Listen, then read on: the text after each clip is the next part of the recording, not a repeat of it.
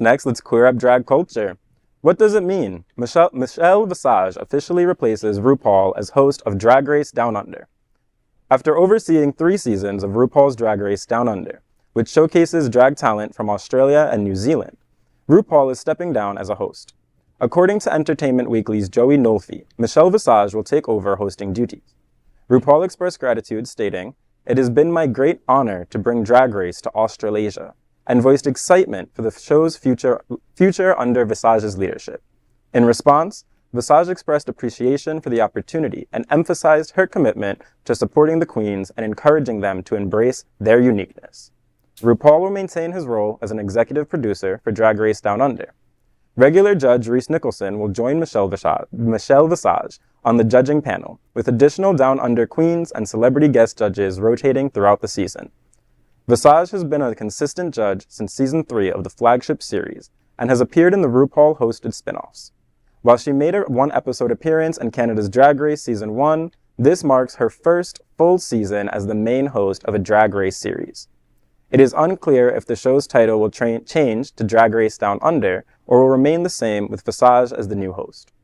Drag Race fans wonder what the change means, especially against the backdrop of the recent controversies surrounding Mama Ru. Sources close to the story say this is a first reflection of RuPaul making decisions that will begin to limit her travel and time commitments to the huge variety of Drag Race properties around the world. Exciting stuff.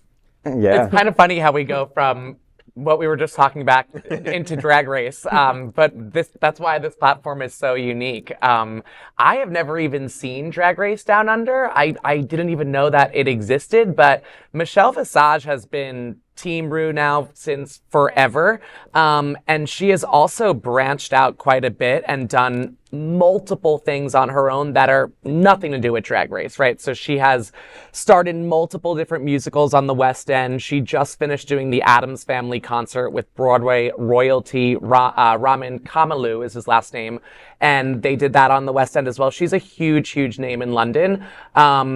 So I don't think that has any connection to Australia, but it is nice to see that she is doing her own thing. And Mama looks fucking snatched in that picture with that bob right there. So I'm here for it. I will watch it. I don't think it means RuPaul is going to start stepping down from other Drag Race franchises and cities, but we never know.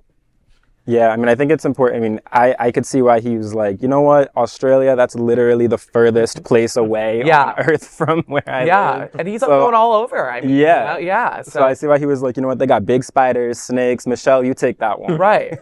You know, when I think of RuPaul Drag Races, I will never forget when RuPaul was still trying to really figure out how to become more than that album that she launched so many years ago at Bill's Filling Station. Mm-hmm. I'm in the front row. I'm watching RuPaul and performing at Bill's Filling Station probably for $2,500 or $5,000.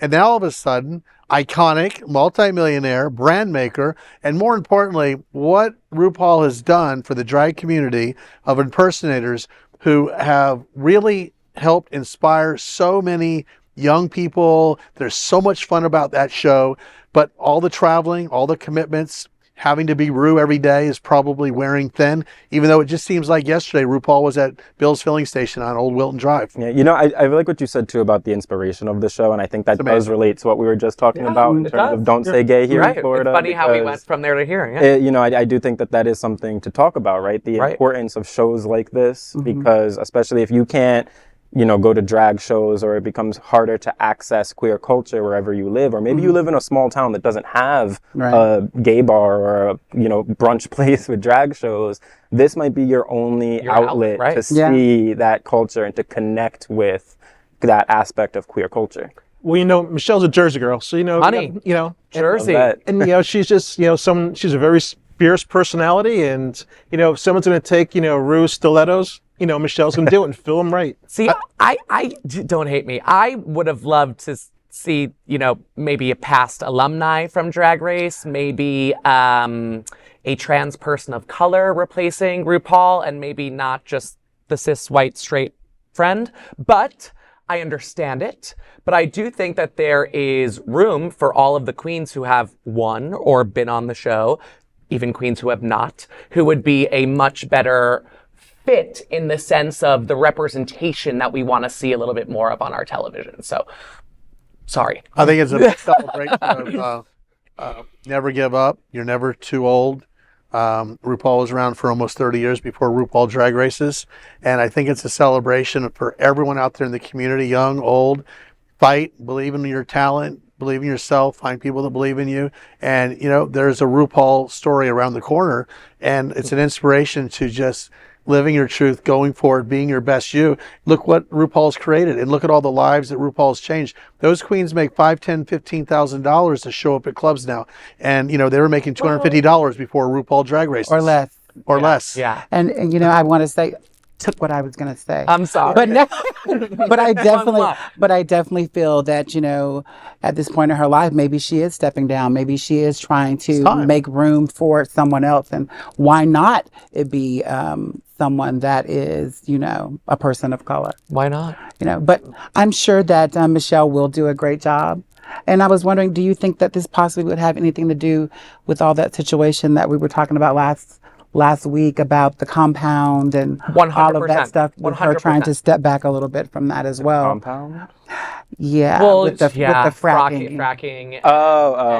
And the fracking. kind of the activity that goes down on, is it a ranch or a farm? I'm not sure what it is. Compound, to be fair. But yeah, I think that it's a step back out of the spotlight because of the negativity surrounding that. I do too. Yeah.